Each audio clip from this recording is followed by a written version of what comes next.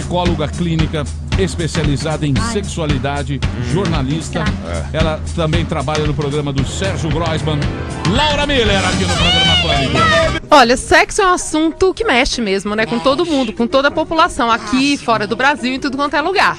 Mas é um assunto tabu também. Então a gente conversa sobre sexo, às vezes tem que ter uma risadinha pra descontrair, né? Uma piada. Entre os casais têm muita dificuldade de conversar sobre sexo, precisa descontrair de alguma forma, entre amigos, né? Enfim, é um assunto tabu, mas é muito interessante, porque é uma parte importante da nossa vida.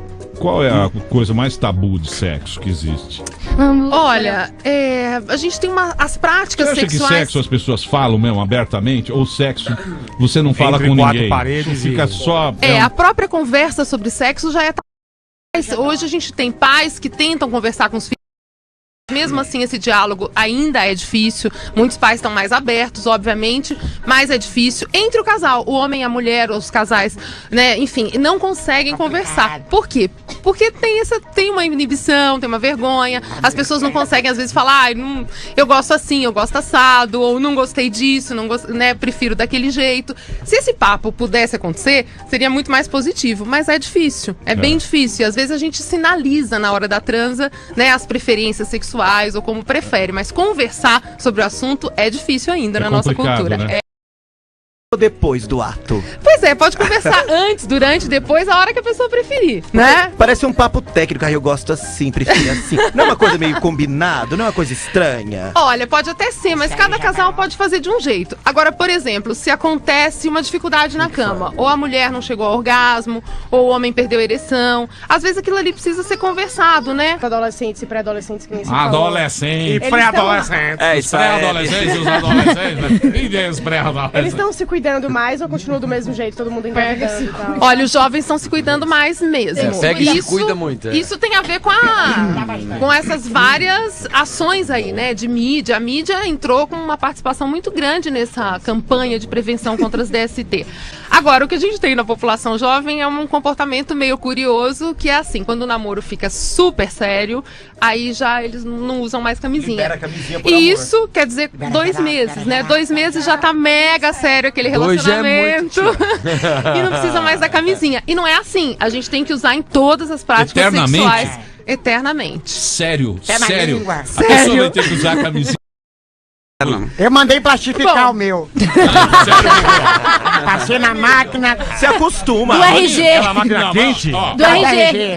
ó. Não dá pro cara usar a camisinha eternamente. Se Não vai usar acostuma, eternamente. Emílio. eu só tiro pra mijar e pra transar, que atrapalha.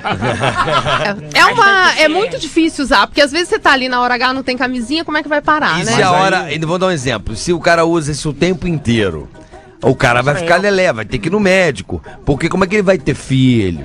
Ah, então. Nossa, Aí Pra ela ter- fala, essa é uma tá pergunta ótimo. ótima. É doutor Rei agora. Dia, porra. O que a gente O diz Dr. que Rei. pra ter filho, óbvio, você vai ter que tirar a camisinha. Mas o casal vai precisar ir ao médico, fazer os exames, ver se tá tudo ok, sabendo que o exame detecta, né, como é que tá o seu estado até aquela data do exame, né, não previne, né, pra Tranca. frente até os casados. Porque a gente tem outras vias de contaminação, Não, né? peraí, pô. Mas não é casado assim tem também. parceira única. Mas se você Eu tenho que usa usar mulher, você camisinha? usa a camisinha pra Teria, Emílio, se é casado, então tem.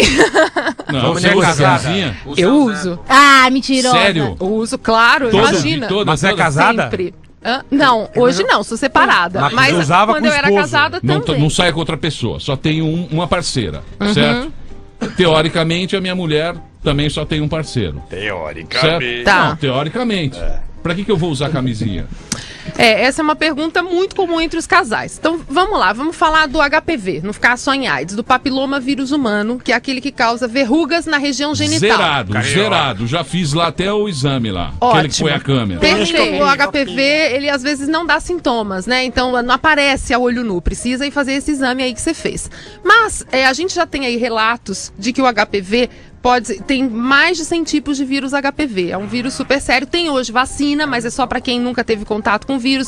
Aqui no Brasil é só para adolescentes nesse momento, né? Nesse estágio da vacina.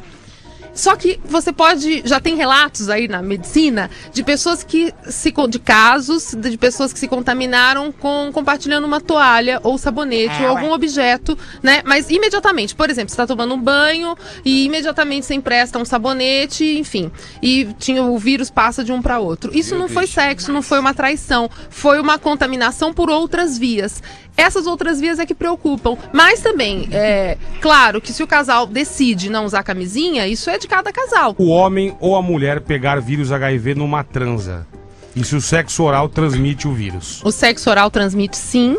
E a mulher, é mais fácil a mulher. Porque a mulher, numa transa, a vagina dela pode ter, sei lá, uma microfissura, alguma coisinha, e que vira uma porta de entrada grande para vírus e bactérias. Das práticas sexuais, a que oferece maior risco de contaminação, primeiro o sexo anal, depois a penetração vaginal e depois o sexo oral. A gente tem que ser rápido pra dar o pega, porque era o momento que você ficava vulnerável, que o animal vinha lá e comia o homem. Tá. Então o homem é tchaca-tchaca-tchaca e já tá bom. Rapidinho. É rapidinho.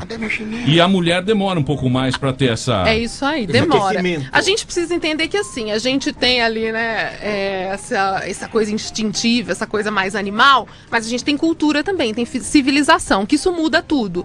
Então, por mais que a gente tenha um empurrão hormonal, um empurrão orgânico pra prática sexual, tem o nosso emocional em jogo sempre. Então o que está incluído nisso? O clima de sedução, o envolvimento entre o casal, as coisas que acontecem fora da cama influem no seu jeito, naquele seu momento, o estresse, ou o estresse com o trabalho, ou com o próprio relacionamento, enfim. Tudo isso influi na hora da cama.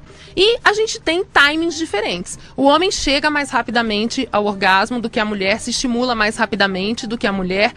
Tem a ver com a nossa cultura aí de séculos, né, com essa educação sexual repressora para a mulher, que precisava esconder o prazer, né, ou nem ter, e para o homem sempre o prazer valorizado. Tem uma série de cobranças também, que a gente vê aí que o homem tem que ter ereção sempre, né? Uma cultura que diz que o homem tem que ter um pênis enorme, tem que ter ereção, tem que. Isso também oprime muito, né? Já começa a se descobrir, a se masturbar. Com quantos anos já é normal? Olha, a gente precisa entender que criança tem sexo desde sempre, tá? O sexo não brota, né, na adolescência.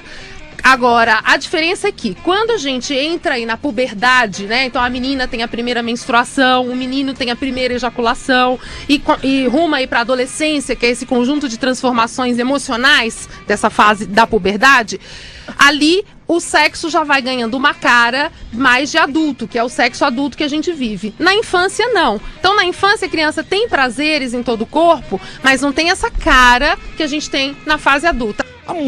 Existem mulheres pedófilas que pegam uns bebezões por aí também, ou não? Existe também. Mas por que não é notícia? É muito difícil ver, é mais raro? A mulher não tem essa... É mais comum do homem, né? Mas também acontece com a mulher, né? Babá. A gente tem isso. Babá, a gente tem babá, casos de empregada. babá Pô, meu mexendo irmão. na criança. Meu irmão, A gente tem... A pedofilia acontece muitas vezes dentro de casa, né? É o pai, às vezes, que tá, né, abusando dessa criança. Então, mas é mais o homem? Mas pode ter a mãe também, pode ter a madrasta, Pode ter os dois pode ter o juntos padrasto, pode ter os dois juntos. É muito complicado. É uma questão aí que a gente precisa, né, lidar. É muito delicado, é muito dolorido. A criança ou adolescente que é vítima dessa história sofre muito e tem muita culpa, né? Quando é alguém próximo, né? Quando é alguém dentro de casa, é aquela mistura de amor e ódio, né? E a pessoa que é pra te proteger, né? De repente tá fazendo uma coisa ali proibida, que em algum lugar... Então, mas Você por tem exemplo, também, né? o que a pessoa que está sendo molestada nesse Vítima. caso é vítima, né? É. O que ela tem que fazer? Olha, ela precisa procurar um adulto de confiança. Em primeiro passo, né? O que a gente orienta como educador para criança e para adolescente é essa criança ou adolescente procurar um adulto de confiança.